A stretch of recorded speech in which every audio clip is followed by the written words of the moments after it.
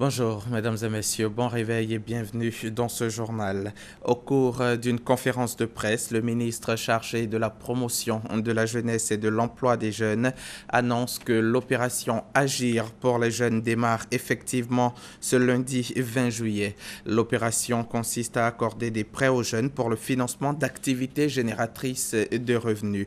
2100 jeunes dont l'âge est compris entre 15 et 35 ans sont concernés par l'opération et 1,50 milliard de francs CFA sont disponibles. Reportage.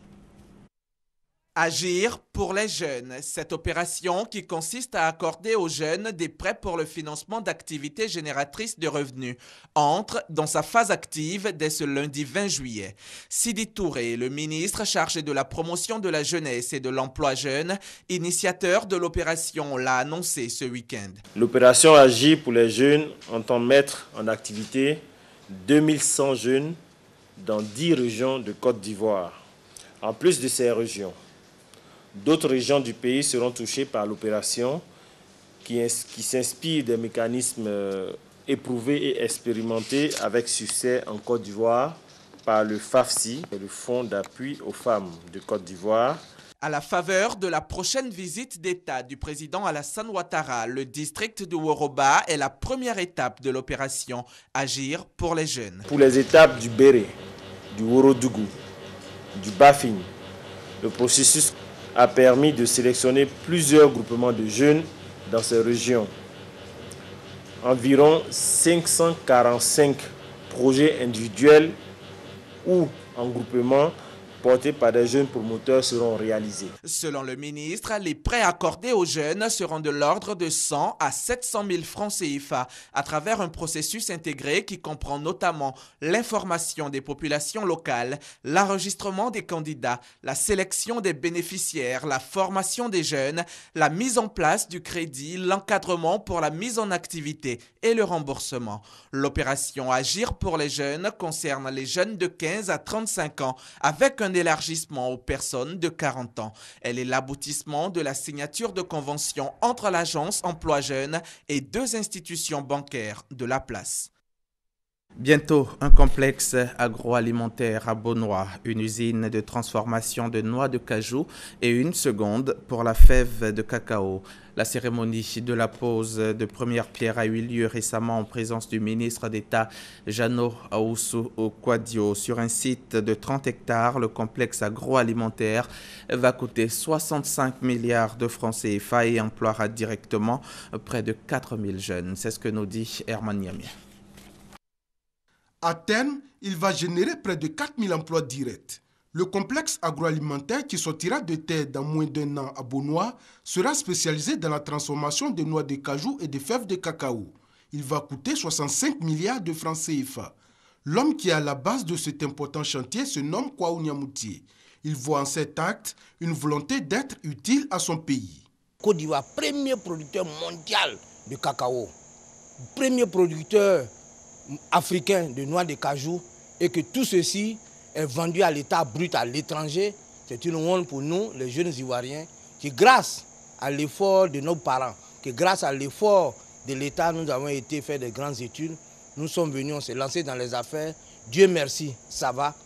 Notre contribution, c'est d'aider les hommes politiques à transformer les matières premières de nos pays. Un projet mûri et financé par un Ivoirien. Un cas d'école, avoue Jeannot Ahoussou, représentant le chef de l'État. Je pense que si chaque promoteur ivoirien crée des usines avec 4000 emplois, si on en crée une cinquantaine par année, regardez rapidement, on va absorber les 6 millions de jeunes qui sortent de nos universités, de nos instituts de formation qui sont au chômage. À l'entendre, c'est une grande première. 10% du capital social du complexe agroalimentaire seront reversés aux planteurs, a déclaré Kwaou Niamoutié. L'idée, c'est de permettre aux paysans de mieux vivre. Un mot de défense à présent. Après 2 années de formation, 696 élèves sous-officiers de 2e année de l'école de gendarmerie de Torogué intègrent les rangs de la gendarmerie nationale. Ils ont prêté serment en présence du ministre chargé de la Défense représentant le chef de l'État. Outre cette prestation de serment, l'on a également assisté au baptême de la 16e promotion d'élèves sous-officiers de première année. C'était en présence de notre reporter Abou Sanogo. 696 soldats de la loi prêtent le serment d'allégeance de l'État de Côte d'Ivoire en présence du ministre chargé de la Défense, Paul Kofi Kofi. Par cet acte, ils quittent désormais les salles de cours de cette école après 2 années de formation. Ils iront sur le terrain avec pour guide la devise de la gendarmerie. Par ce serment donc, les élèves sous-officiers de la promotion maréchal de logis Ubekra Kwasi ont accepté de devenir la probité du pauvre, la paix du riche, l'espoir du juste et l'effroi du hors-la-loi. Outre ces sous-officiers qui intègrent la grande famille de la gendarmerie nationale, leur cadet de la 16e promotion, baptisée promotion Aboubakari Koulibaly. Ils ont reçu la glaive qui marque leur inscription dans la famille des sous-officiers formés à l'école de gendarmerie de Torogué. Ils en assureront sa garde jusqu'à leur sortie. Le ministre chargé de la Défense, Paul Kofi Kofi, représentant le président de la République Alassane Ouattara, a demandé aux nouveaux gendarmes d'être des soldats aimant leur patrie et se mettant à la disposition des institutions de la République. Demain, on va vous voir dans la rue, aux frontières, au carrefour, partout. C'est ce jour-là qu'on saura que véritablement vous méritez. Parce qu'à l'école, dans les 4 murs, sous les instructions du commandant Sona, vous êtes toujours à jour, discipliné. Mais quand on sort, les serments qu'on a prêtés sont rangés dans les tiroirs. On ne veut pas de ces gendarmes. La nation doit s'appuyer sur des hommes compétents qui, au péril de leur vie, assure la sécurité au quotidien des populations et des biens. Paul Kofi Kofi a annoncé l'entrée de la gente féminine à l'école de gendarmerie de Torogué dès la rentrée prochaine. Le concours actuel qui se déroule comprend des candidates jeunes filles. Elles arriveront ici. Je vous invite, quand elles y seront, à leur accorder un accueil digne de ce nom. Un accueil empreint de respect pour que la volonté du président de la République soit une réalité. Des exercices de remontage d'armes, d'obstacles mettant aux prises les 2 promotions et un défilé des troupes aux ordres du chef d'escadron, commandant second de l'école de gendarmerie de Torogué et un chant de revoix de la promotion sortante ont meublé cette double cérémonie de prestation de serment et de baptême de promotion. Hors de chez nous, le rideau s'ouvre ce lundi matin à Dakar sur un procès très important pour l'Afrique, celui de Hissène Habré, l'ancien président du Tchad, exilé au Sénégal depuis sa chute en 1990, est poursuivi pour crimes contre l'humanité, crimes de guerre et crimes de torture. Ce sera la première fois dans l'histoire qu'un ancien président sera jugé dans un pays qui n'est pas le sien pour des crimes liés aux droits de l'homme au nom de la compétence universelle.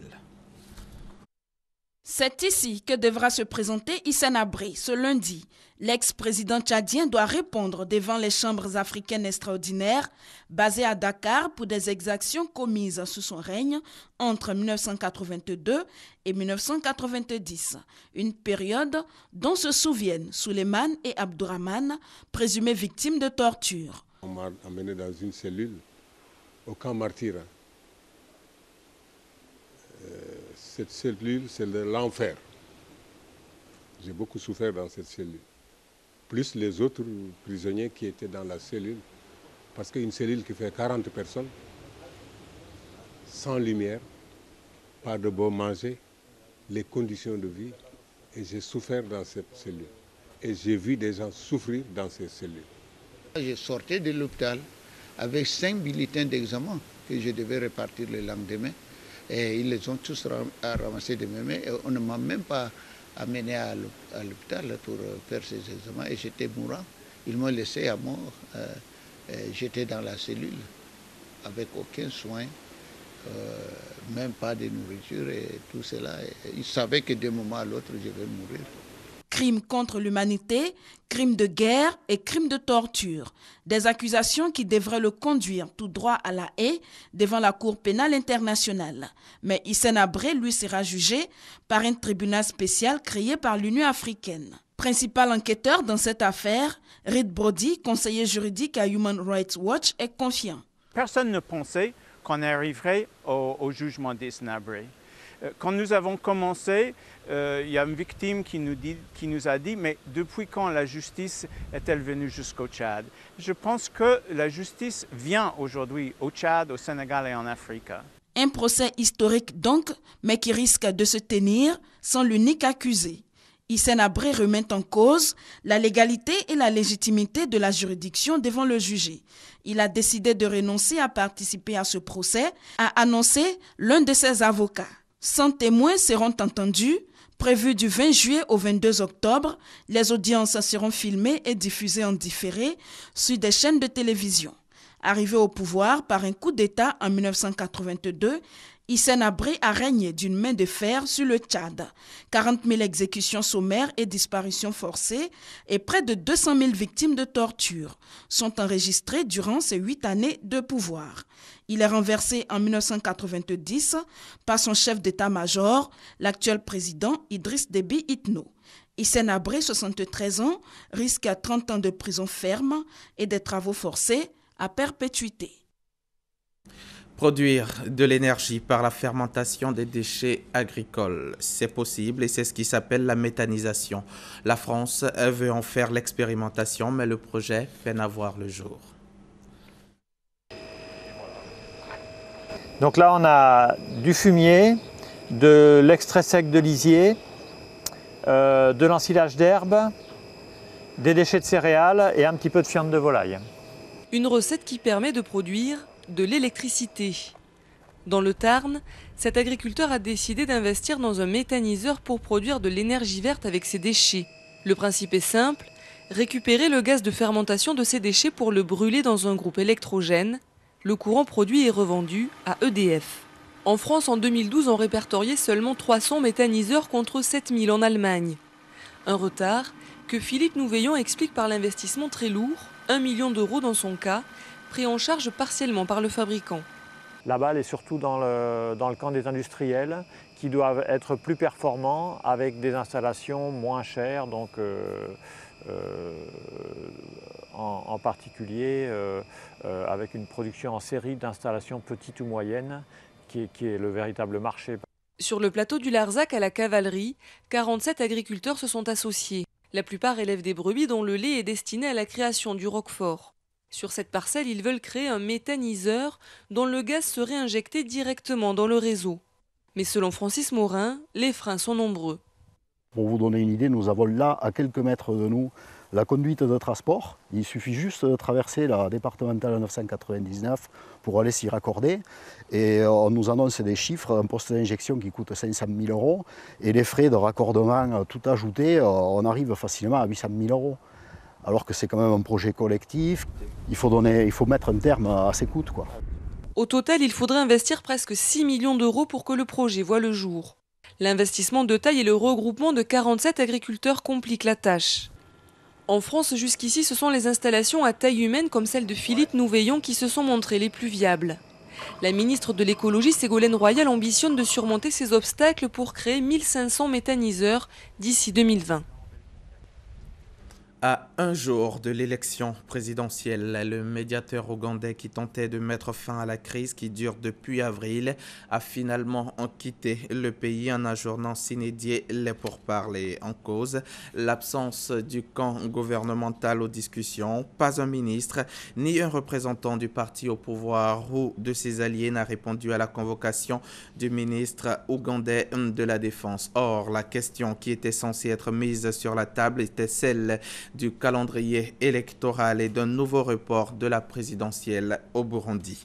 Un nouveau cessez-le-feu débute en Colombie à partir de ce lundi. La guérilla des FARC a ordonné à ses troupes de suspendre les hostilités dans tout le pays pour faciliter les négociations de paix en cours avec le pouvoir depuis 2 ans et demi. Des négociations qui ont bien besoin de ce coup de pouce. L'Est de l'Ukraine connaît ces derniers jours un regain de violence meurtrière dans le conflit qui oppose l'armée ukrainienne aux séparatistes pro-russes. Les affrontements ont fait plus de 6500 morts depuis avril 2014. La Grèce commence ce lundi 20 juillet à rembourser ses créanciers grâce à l'aide d'urgence de l'Union européenne et va devoir rapidement adopter de nouvelles mesures d'austérité pour espérer conclure un plan d'aide sur 3 ans avant que ne tombent d'autres échéances. Une nouvelle course contre la montre débute tandis que les banques rouvrent leurs portes ce lundi matin même. Voilà, fin de ce journal. Je serai encore chez vous demain matin, mais d'ici là, je vous laisse avec Mariam Touré pour Matin Bonheur.